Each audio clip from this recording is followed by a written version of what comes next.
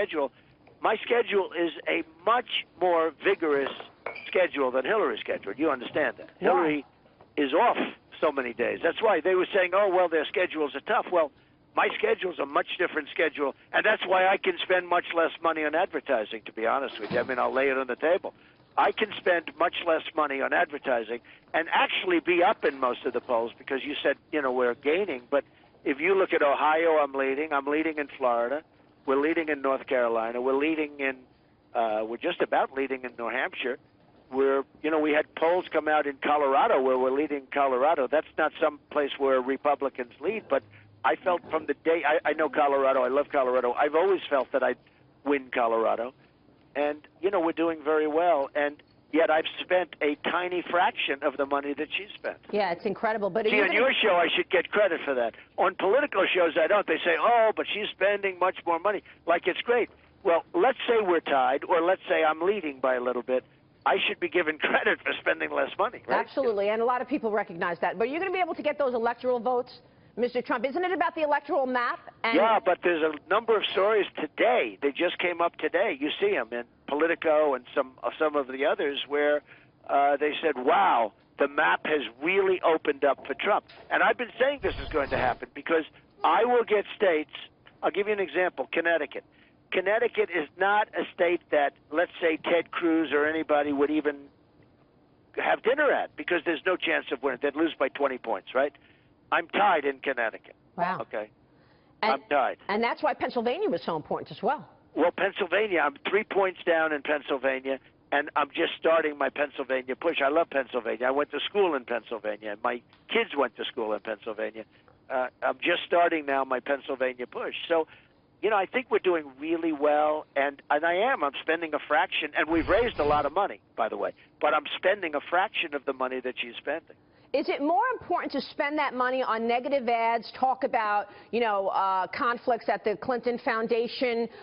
Is it more important to spend money on that or more important to spend money on ads that basically have you talking about your policy? I'd rather do policy. I think it's more effective. People know she's a very ineffective person.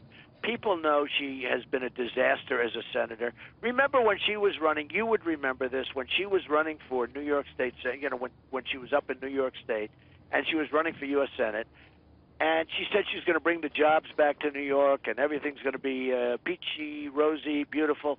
She was a disaster. The jobs fled. It was a total lie. It was a total misrepresentation.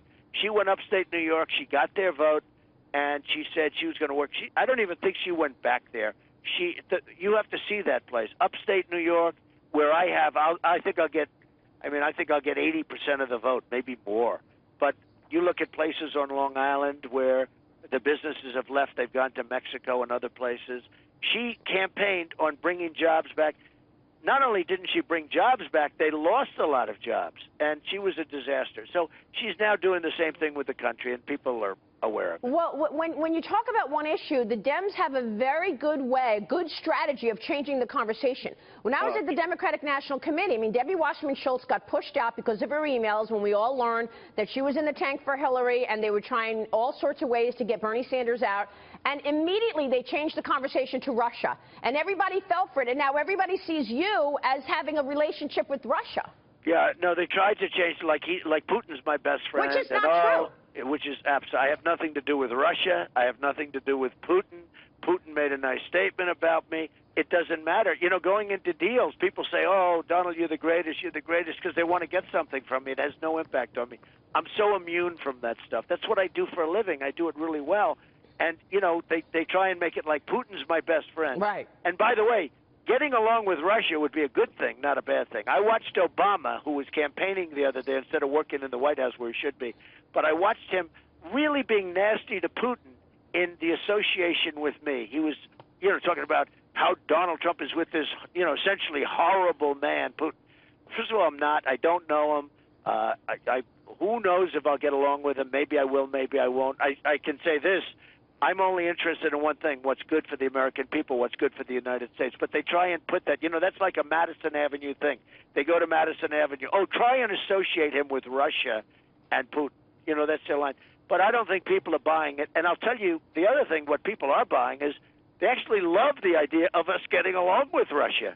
I think, getting along with Russia where you go in together and knock out ISIS is a good thing, not a bad thing. But they come up with all sorts of sound bites because you look at what's happened in this country and you look at what happened in the world and you look at how poor and ineffective Hillary Clinton has been. She has been a totally ineffective senator. She's been one of truly, you just have to look at her record as Secretary of State. And she's the one that started this horrible Iran deal that you mentioned before. The Iran deal is one of the dumbest deals ever made. I've never seen a deal so stupid. And look at them now. The deal is made, and now they feel empowered. Right. They feel emboldened. They're sending their little boats wrapping around our destroyers and, making all sorts of gestures at the captain and whatever else they're doing. And they're, flying planes close to our planes like they're going to shoot them out of the air. It's unbelievable. We just made a deal with them. We're giving them back $150 billion. We gave them $1.7 billion in cash. Whoever heard of that, okay? Right. And now they feel emboldened, and they're taking advantage of it. Yeah. So, that's the way we have it. It's pretty sad to see. But she would be a disaster. It would be 4 more years of Obama. Mr. Trump, thanks very much for your time this morning. We appreciate you joining us. Thanks a lot, Maria. Thank you so much. We will see you soon. Donald Trump joining us.